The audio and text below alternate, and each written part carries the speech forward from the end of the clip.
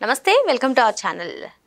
AP liquor scam కి సంబంధించి రెండో అనుబంధ ఛార్జ్ షీట్ దాఖలు చేసింది సిట్ అధికారులు. మరి ఈ ఛార్జ్ షీట్ లో చెవిరెడ్డి పాత్ర, ఆయన అనుచరుల పాత్ర, ఎలక్షన్స్ సమయంలో ఏ విధంగా ముడుపుల్ని అభ్యర్థులకు పంచారు, ఇటువంటి అన్ని కూడా ఛార్జ్ షీట్ లో దాఖలు చేయడం. మరి మొత్తానికి అసలు వైసీపీ ఇంతలాగా ముడుపులను పంచితే 11కు ఏ విధంగా పరిమితమైంది తెలుసుకునే ప్రయత్నం చేద్దాం. దీన్ని విశ్లేషించడానికి మనతో పాటుగా ఉన్నారు ప్రముఖ రాజకీయ సామాజిక విశ్లేషకులు అప్పసాని రాజేష్ గారు. నమస్తే సార్. నమస్తే సార్. ఈ చెవిరెడ్డి పాత్ర, చెవిరెడ్డి అనుచరులు, పిఏ అందరూ కూడా ఎలక్షన్స్ టైంలో ముడుపుల్ని ఏ విధంగా రూటింగ్ చేశారు, ఏ విధంగా అభ్యర్థులకు చేర్చారు, ఇదంతా కూడా సిట్ అధికారులు రెండో అనుబంధ ఛార్జ్ షీట్ లో దాఖలు చేయడం చూసాను సార్. అసలు 2024 సార్వత్రిక ఎన్నికలకు ఇన్ని ముడుపులు ప్రజలకు చేర్చిన, అంటే ఈ రూటింగ్ చేసి మొత్తానికి ఓటర్లకు చేర్చిన 11కే ఎందుకు పరిమితమైందంటారు? ఏం చెప్తారు సార్ మీరు? అంటే ఇవాళ గత 3 దశాబ్దాలుగా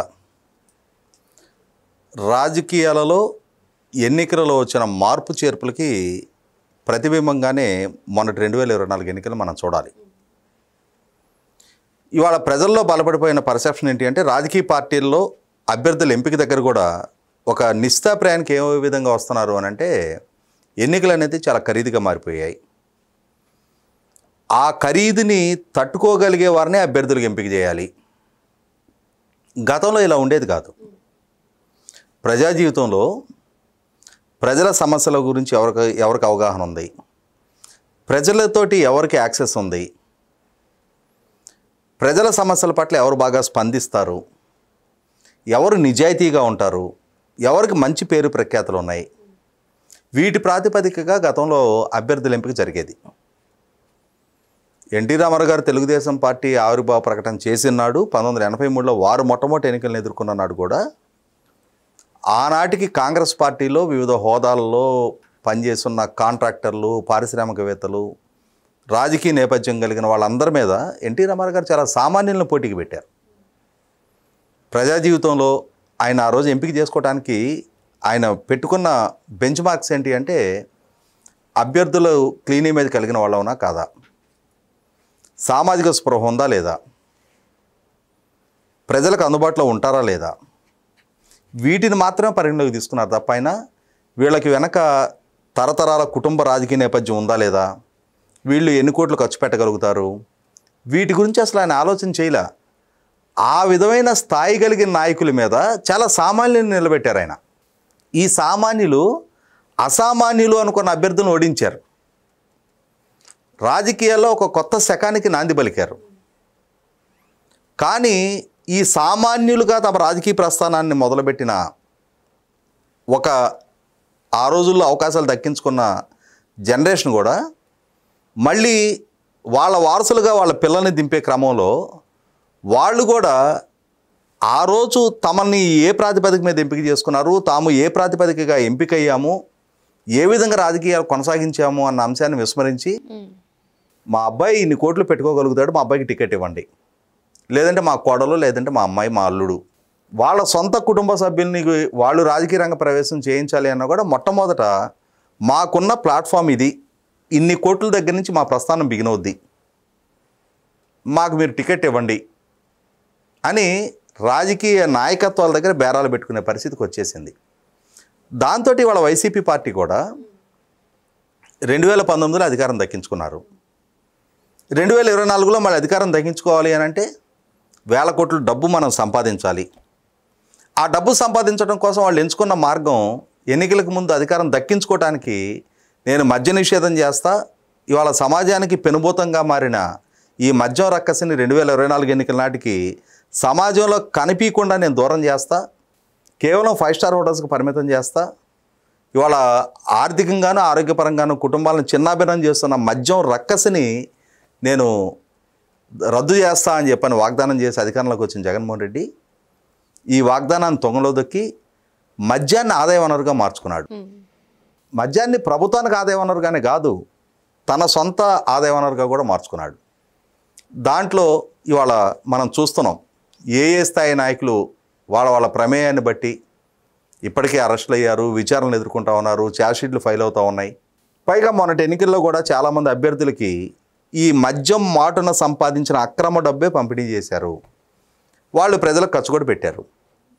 అయినా సరే మరి ఖర్చు పెట్టారు, డబ్బు సంపాదించారు, ఖర్చు పెట్టారు. మరి ఆ ఖర్చు మిమ్మల్ని నెగ్గించిందా? అంతిమంగా ప్రజల ఆకాంక్షలకు అనుగుణంగా పరిపాలన చేస్తే ఈ డబ్బు ఉన్నా లేకపోయినా మిమ్మల్ని నెగ్గిస్తారు.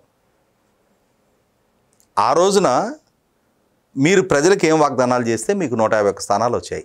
మీరు వాటిని ఎంత మాత్రం ఎన్ని వాగ్దానాలు నిలుపుకోగలిగారు, నెరవేర్చారు, ప్రజల జీవితాల మీద ఎటువంటి ప్రభావం చూపించారు, రాష్ట్ర ఆర్థిక స్థితిగతులు మెరుగుపడ్డాయా, ప్రజల కొనుగోలు శక్తి పెరిగిందా లేదా, మన ఇరుగు పొరుగు రాష్ట్రాల సరసన మనం కూడా తలెత్తుకుని సగర్వంగా నిలిచామా లేదా, వీటి ప్రాతిపదిక మీద ప్రజల ఆలోచన ఉంటుంది. 5 సంవత్సరాలు జగన్మోహన్ రెడ్డి గారు పాలకుడిగా ఉన్నాడు. ఆయన పాలనాహయం నా జీవితం మీద ఎటువంటి ప్రభావం చూపింది, నా బిడ్డల భవిష్యత్తు ఎంతవరకు సెక్యూర్ చేయగలిగింది, ఈ రెండు మొట్టమొదటి ఆలోచిస్తారు. ఆ తర్వాత సమాజం స్థితిగతులు ఒకసారి చూసుకుంటారు.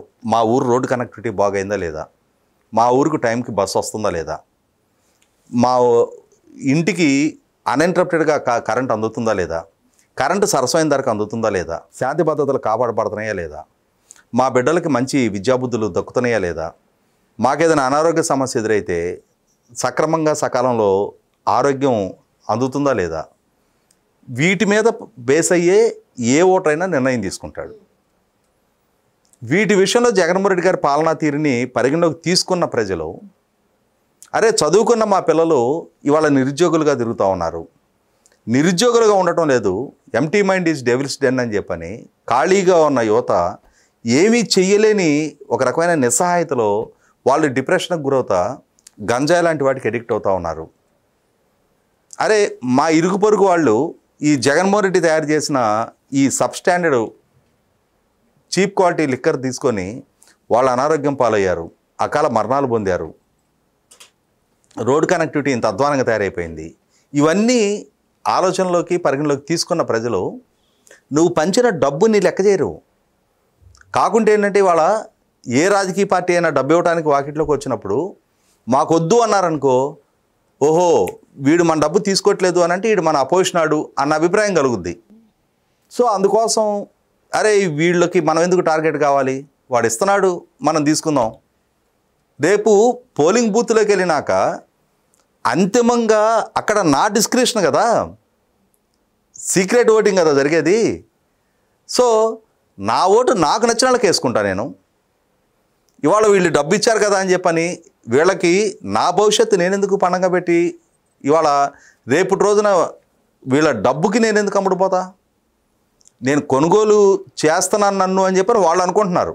వాళ్ళ డబ్బు నాకు ముట్టింది కాబట్టి నన్ను వాళ్ళ ఓటర్గా వాళ్ళు పరిగణలోకి తీసుకుంటున్నారు.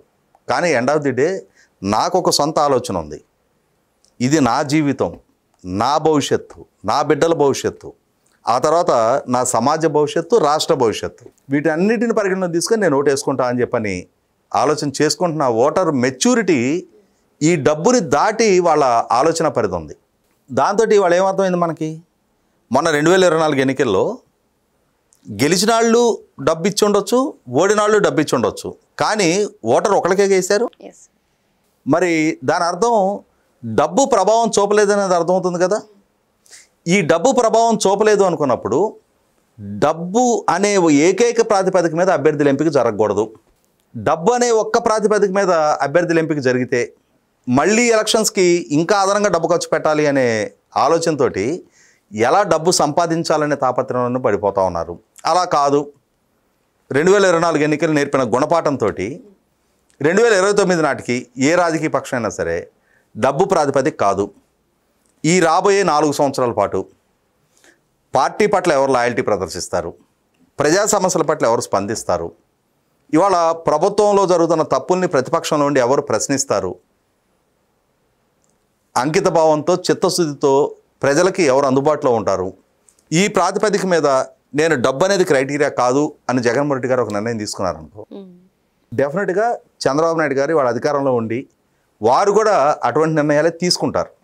అంటే ఇది ఖచ్చితంగా ఎక్కడో దగ్గర ఈ జరుగుతున్న ఈ ప్రక్రియకి ఒక కరెక్షన్ అనేది రావాలి. ఈ డబ్బు వరవడలో కొట్టుకుపోతా ఇప్పుడు ఒక 25 కోట్లు 30 కోట్లు ఒక 50 కోట్లు లిక్విడ్ రూపంలో ఖర్చు పెట్టగలుగుతున్నారు అని అంటే ఎన్ని వందల కోట్ల రూపాయల ఆస్తిపరులు అయి ఉంటారు వాళ్ళు. అంటే ఎటువంటి కంఫర్ట్ జోన్లో నుంచి వాళ్ళు వచ్చుంటారు. ఇవాళ సమాజంలో ఈ కష్ట నష్టాలు, పోరాటాలు, ఈ ప్రశ్నింపబడటాలు, వీటిని ఎంతవరకు వాళ్ళు ఫేస్ చేయగలుగుతారు, హ్యాండిల్ చేయగలుగుతారు? ఏసీ రూముల్లో నుంచి, ఏసీ కారులలో, సెక్యూర్డ్ వ్యాపారాలు, సెక్యూర్డ్ ఆదాయ వనరులు, వీటన్నిటి మధ్యలో నుంచి వచ్చి ఇన్ని కోట్ల రూపాయలు ఖర్చు పెట్టిన తర్వాత ప్రైవేట్ లైఫ్ సాక్రిఫైస్ చేసుకుంటా ప్రజా జీవితంలో మమేకం అవ్వాలి అని అంటే అందరితో సాధ్యం కాదు. దాంతో ఏమవుతుందంటే ఈ మధ్యకాలంలో మనం గమనిస్తూ ఉన్నది, సుదీర్ఘకాలం రాజకీయాల్లో కొనసాగలేకపోతూ ఉన్నారు. ఒకసారి 2 సార్లకే ఫేడ్ అవుట్ అయిపోతూ ఉన్నారు. అంటే వాళ్ళకి పక్కన ఒక గన్మెను, బాడీగార్డు, ఎక్కడికి వెళ్తే అక్కడ 10 మంది వందిమాగదులు, జై జై ద్వానాలు, ఆ కారు ఆగ్గానే పరిగెత్తుకుంటూ వచ్చి కారు డోర్లు తీసేవాళ్ళు, సెల్యూట్లు చేసే పోలీసులు, వీటిని మాత్రమే చూసిన వాళ్ళకి ఒక ఫ్యాన్సీనెస్ కలుగుద్ది, అరే మనకు కూడా ఇవన్నీ దక్కాలి కదా అని చెప్పని. కానీ వాస్తవ రూపంలోకి వెళ్తే అసలు సిసల నాయకుడిగా ప్రజలకు అందుబాటులో ఉండటం అనేది అంత ఈజీ కాదు.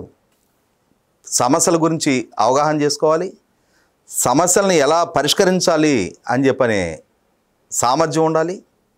అన్నిటికన్నా ముఖ్యంగా నా ప్రైవేట్ లైఫ్ సాక్రిఫైస్ చేసి కూడా నన్ను అనుసరించే ప్రజలకి అందుబాటులో ఉంటాను అని చెప్పనే అంకిత భావం, చిత్తశుద్ధి, నిజాయితీ కలిగి ఉండాలి. అటువంటి వాళ్ళు రాజకీయాల్లోకి వచ్చినప్పుడు, రాజకీయాల్లో అటువంటి వాళ్ళకి అవకాశాలు కల్పించబడినప్పుడు, ప్రజలు కూడా అటువంటి వాళ్ళని ఎంపిక చేసుకున్నప్పుడు ఈ అవినీతి, ఈ అక్రమ సంపాదన, ఈ డబ్బు పందారం, ఇవి ఎన్నికల వ్యవస్థ నుంచి కనుమరుగవుతాయి. కాబట్టి ఇక్కడ రాజకీయ పార్టీల నుంచి ఆ చొరవ జరగాలి, ప్రజల నుంచి కూడా ఆ చొరవ జరిగే తీరాలి. ఇవాళ రాజకీయ పక్షాలు వాళ్ళు రేపటి రోజున ఈ ఎన్నికల నుంచి ఇక డబ్బు పంపిణీని మేము ప్రోత్సహించాం, మేము నిజాయితీ కలిగిన సమాజంలో పేరెన్నిక కన్నా ప్రజలకు అందుబాటులో ఉండే అభ్యర్థులనే మేము ఎంపిక చేస్తున్నాం, వాళ్ళకే మేము అభ్యర్థిత్వం ఖరారు చేస్తున్నాం, మీ ముందు అటువంటి వాళ్ళనే మేము ఎన్నికల క్షేత్రంలో మా అభ్యర్థులుగా మీ ముందు పోటీకి నిలబెడుతున్నాం అని చెప్పని ఎన్నికల సందర్భంగా ఒక స్పష్టమైన నిర్ణయం ఒక్క రాజకీయ పక్షం ముందు అటువంటి నిర్ణయం తీసుకున్నా సరే, ఖచ్చితంగా నేను చెప్తున్నా, డబ్బు మాత్రమే ఓటర్కి ప్రాధాన్యత కాదు. నీ ఇంటికి వచ్చి ఇస్తున్నావు కాబట్టి ఓటర్ డబ్బు తీసుకుంటున్నాడు తప్ప, అది ఏ ఎక్స్టెంట్కి వెళ్ళిపోయిందంటే ఇవాళ ఓటర్ని ఏ ఎక్స్టెంట్కి దిగజారుస్తున్నారు అని అంటే, మా కాలనీకి ఇంకా డబ్బు రాలేదు కాబట్టి మేము ఓటుకి వెళ్ళాం, పలానా పార్టీ ఇంత ఇచ్చింది, పలానా వాడు ఇంతే ఇచ్చాడు అని మీడియా ముందుకు వచ్చి చెప్పే స్థాయికి ఇవాళ ఓటర్ని దిగజారుస్తున్నారు. అంటే ఇవాళ ఓటరు స్వేచ్ఛగా ఓటేసుకునే ఆ హక్కుని కూడా పొల్యూట్ చేసేస్తూ ఉన్నారు. కాబట్టి 100కి 100 పాళ్ళు ఎన్నికల వ్యవస్థలో సమూలమైన మార్పు రావాలి. అటువంటి మార్పు వచ్చిన రోజు ఇవాళ చెవిరెడ్డి భాస్కర్ రెడ్డి బూచేపల్లి సుప్రసాద్ రెడ్డికి డబ్బులు ఇచ్చాడు, తర్వాత కావలి ప్రతాప్ రెడ్డి అతనికి డబ్బులు ఇచ్చారు అని చెప్పని వార్తలు వింటూ ఉన్నాం. డబ్బులు ఇచ్చిన చెవిరెడ్డి భాస్కర్ రెడ్డి ఓడిపోయాడు, డబ్బులు పుచ్చుకున్న వాళ్ళు ఓడిపోయారు. కాబట్టి ఇక్కడ డబ్బు ఒకటే క్రైటీరియా కాదు అనేది 2019 ఎన్నికలు నిర్ధారణ చేసింది, 2024 ఎన్నికలు కూడా నిర్ధారణ చేసింది. ప్రజల ఆకాంక్షలకి అనుగుణంగా వ్యవహరించగలిగిన నాయకుడు మాత్రమే రాజకీయాల్లో సర్వైవ్ అవుతారు. అటువంటి నాయకులు మాత్రమే దశాబ్దాల తరబడి కూడా రాజకీయాల్లో కొనసాగగలుగుతున్నారు అనేది మనకి నిర్ధారణ అవుతూ ఉంది. అటువంటప్పుడు ఈ ఎన్నికల ఖర్చు కోసం అని చెప్పని అవినీతికి పాల్పడి, ఆ ఎన్నికల ఖర్చు కోసం అని ప్రజల ప్రాణాలు పణంగా పెట్టి, ఆ ఎన్నికల ఖర్చు కోసం అని చెప్పని వ్యవస్థల విధ్వంసానికి పాల్పడి, ఇవాళ చెవిరెడ్డి భాస్కర్ రెడ్డి తన కొడుకుని ఫారెన్లో ఎంఎస్ చేయించాడు. అదే కొడుకు ఇవాళ ఆ చెవిరెడ్డి అడుగుజాడల్లో నడిచి ఇవాళ మద్యం కుంభకోణంలో అక్యూజ్డ్గా ఉన్నాడు. అంటే నీకన్నా నీ కొడుకుని చదివించాలి అనుకునే ప్రాసెస్లో చదివించి మళ్ళీ తీసుకొచ్చి ఈ రొంపులోనే దింపావు. రేపు అంతిమంగా ఏ వారసత్వాన్ని నీ కొడుకులకి ఇస్తా ఉన్నావు? ఇవాళ నువ్వు జైల్లో ఉన్నావు, నీ కొడుకును కూడా కస్టడీకి ఇవ్వమని చెప్పని ఇవాళ సిట్టు పిటిషన్ ఫైల్ చేసింది. అంటే రేపటి రోజున నీ కొడుకు నిన్ను ఫాలో కావడానికి నువ్వే భూమికి సిద్ధం చేసావు. ఈ వారసత్వమే నువ్వు సమాజానికి కూడా ఇవ్వాలనుకుంటున్నావా? ఇవాళ ఏ నాయకుడైనా సరే మొట్టమొదటిగా ఆలోచించుకోండి. మరో అంశంతో మళ్ళీ కలుద్దాం. Thank you sir.